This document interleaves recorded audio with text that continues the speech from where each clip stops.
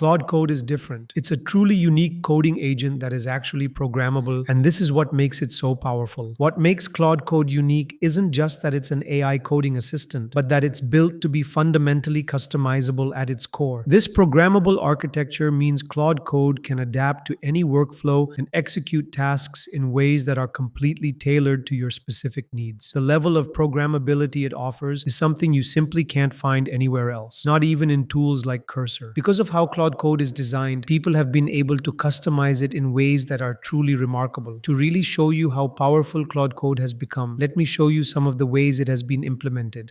The Claude Code SDK is what essentially makes it a programmable agent. This has completely changed how we view and work with AI agents. Someone had an incredible idea and actually went ahead and turned Claude Code into a fully working MCP. This is a real functional MCP, and it's absolutely remarkable. I never imagined someone would build Claude Code as an MCP. Let me show you an example. If I close this and open it back up, you can see the taxi app prototype is here. Let's ask the Claude MCP to edit the taxi app file and change the main color from yellow to blue. When I send this request, you'll see it's calling Claude Code as an MCP server. It receives the prompt to change the color along with additional instructions as well. Okay, so I had been working on this for a while, and it actually already changed the color when I tested it earlier, but let me show it to you as well. You can see that as I refreshed it, it changed the colors. Now let's try asking it to make some additional changes. Again, you'll see it's calling Claude Code. As a result, we get the prompt back from Claude Code. Inside Cursor, we're now working with what Claude Code returned. If you look at it now, it actually resembles a material interface instead of the neon theme we had before. I can see two main use cases here. Even though it's an unconventional idea, there have been many scenarios, especially when building UI, where I've tried to implement something and Cursor simply couldn't handle it. This happens because its models are limited by their context window. The same model Claude has different context limits depending on the version. For example, Claude 3 here has a 120k token limit, while Claude Code has its full context limit of around 200k tokens. That makes a significant difference. Whenever Cursor can't handle something, you can call out to Claude Code and it will solve that problem for you. And if you're saying that you can use the Claude Code IDE feature, that's okay, but Cursor won't know what it changed, and the context mismatch isn't a good thing. Using this approach, Cursor maintains the context of changes Claude Code has made. This creates a seamless workflow between both tools. The second use case involves the Claude desktop app, which I myself use frequently. I really enjoy brainstorming in it, and the canvas feature is excellent. For example, when you build something like a component, you can take elements from the Claude desktop app and ask it in the prompt to implement them. Claude Code will take whatever you've built there and implement it here. For instance, it just generated this beautiful component for me. Now I can ask Claude MCP right here to implement it, and Claude Desktop will provide full context so it can easily handle that task.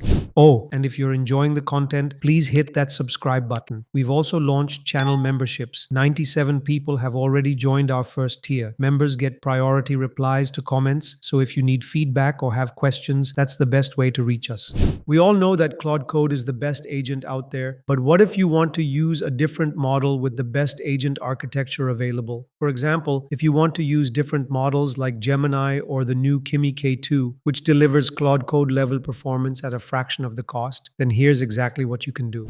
I discovered this tool called Claude Code Router, and it does exactly what you think it does. This tool allows you to use multiple models from different providers. You can access Gemini, OpenAI models, or even the Kimi K2 model. This is genuinely impressive. When you scroll down, you'll see the built-in providers they support: DeepSeek, Gemini, and OpenRouter. I'll be using OpenRouter to access the Kimi K2 model, and this requires the OpenRouter API. The installation process is straightforward. First, make sure you have Claude Code installed. Then copy the provided command, paste it into your terminal, and it will install the tool globally. Next, you'll need to modify this config.json file. You will have to create this manually in your files, or you can use this command that I used, which creates the folder automatically. Navigate to the folder and open it in Cursor. When you first open it, the file will be empty. To fill it out, they provide an example file with all the necessary fields. When you open the example, you'll see all the different providers listed with complete configurations. Simply copy the sections you need. In my setup, I kept only the OpenRouter block and removed the other configurations. However, there are two essential blocks you must keep: the router router block and the block containing your API key and host address. Here's what you need to modify. Paste your Open Router API key, then add the model name. This is the Kimi K2 model name, and whatever one you use, make sure that you paste the correct full name. I got mine from Open Router here. In the router section as well, include the provider name followed by the full model name. Once your configuration is complete, navigate to your desired directory where you want to start this modified Claude code and type CCR code to launch. The system will pick up your API keys, and you can see this message about overridden settings. This confirms it's now using Kimi K2 as the model. You may encounter this error. This typically happens when using both Pro account and API simultaneously, causing conflicts. I've checked, but the system will still function with the Kimi K2 model because the first time you initialize using the CCR command, you'll see a menu asking about the custom API key. Don't click No. Select Yes to proceed with your chosen key. Let me demonstrate with a simple prompt. I've asked it to create the taxi app prototype that you saw in the start of the video. As you can see, it's processing the request. You'll notice the response is slower than usual. This is typical for the Kimi K2 model, but considering the significant cost savings and the same performance level, it's an excellent trade-off. You've already seen it, but again, this is the result that it gave us. The really exciting part about this is that you now have access to the world's best coding agent with complete control over which models you use.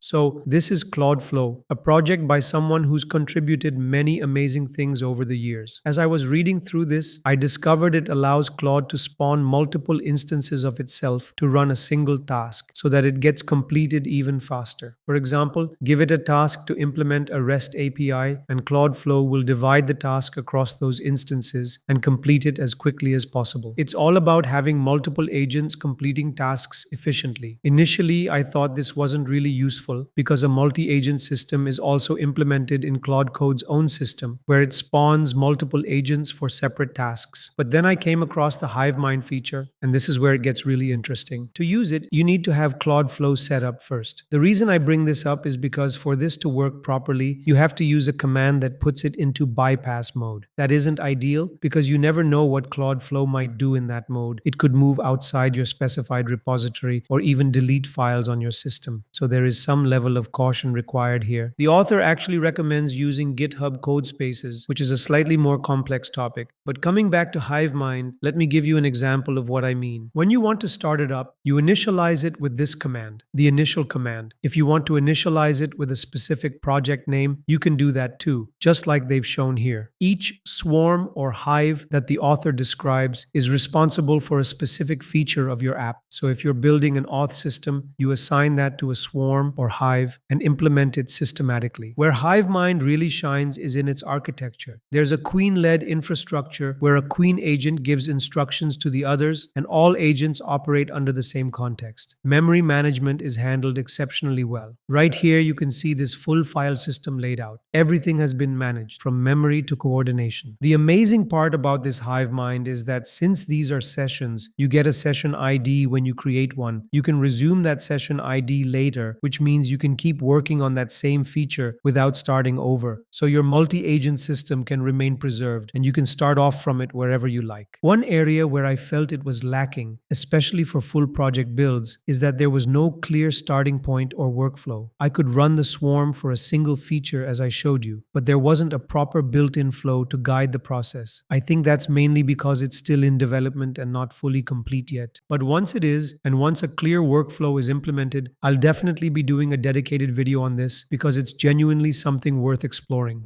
There's also an amazing repository called Awesome Claude Code. It's a curated list of command files, workflows, and tools for Claude Code. It has everything you need: community workflows, useful tools for Claude Code, and many resources we've featured in previous videos. You'll also find Claude Code hooks and custom/commands. It's a really great resource, and I'll leave it linked below. Similar to the Claude Code customizations I showed earlier, this offers many more options to explore. It's incredibly useful. Browse through it, find what interests you, and try it out to see if it works for your workflow.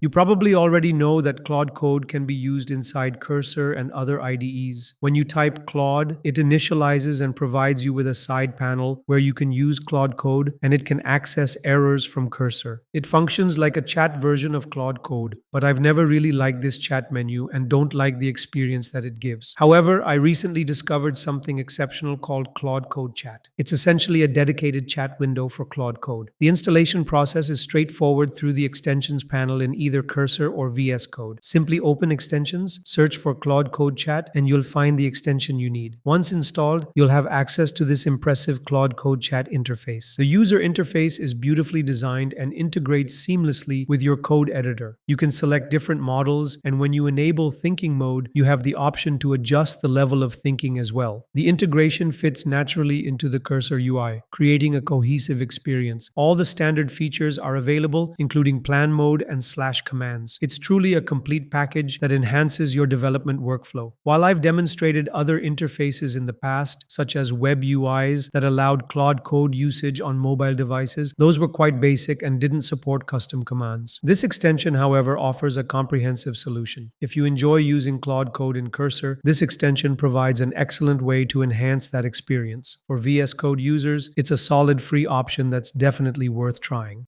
That brings us to the end of this video. If you'd like to support the channel and help us keep making videos like this, you can do so by using the super thanks button below. As always, thank you for watching, and I'll see you in the next one.